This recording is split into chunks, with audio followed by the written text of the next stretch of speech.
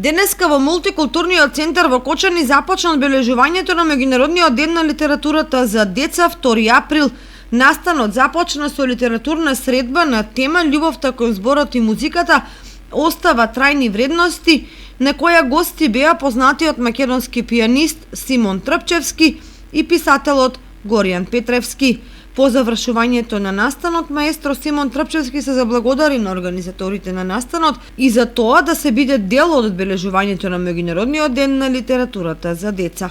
Горијан Петревски, или Чичко Горијан, како што јас него го нарекувам, ме знае уште од дете. Тој беше првиот човек кој што го направи, да речем, првото интервју со мене за тогашната детска емисија Скоп Стоп за радио телевизија Скопје. И мислам дека е евидентен неговиот талент за препознавање на способностите кај децата, особено да кажам.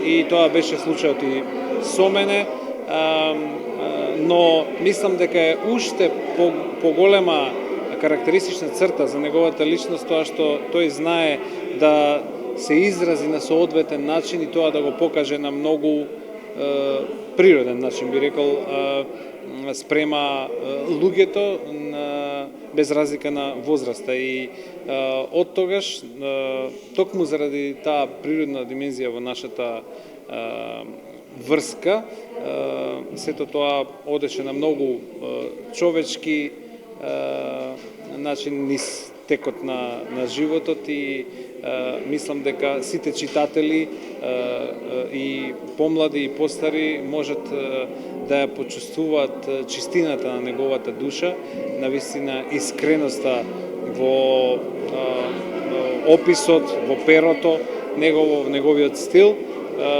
И можам само да кажам дека сум почестен што јас бев една од инспирациите за негов роман кој што остави свој печат во македонската современна литература за деца. Одбележувањето на оваа манифестација продолжува во четврток на 1 април со литературна средба и промоција на тема ги сознаваме најубавите шеговити приказни, гатанки и поговорки запишани од Марко Цепенков, со писателот Васил Мукатеов и уредник Татјана Димовска-Танасова. Потоа на 2 април во просториите на мултикултурниот центар ќе се одржи промоција на награденото дело за најдобра литература за деца, награда на ДПМ Ванчо Николевски за 2020 година на авторката Билјана Црвенковска.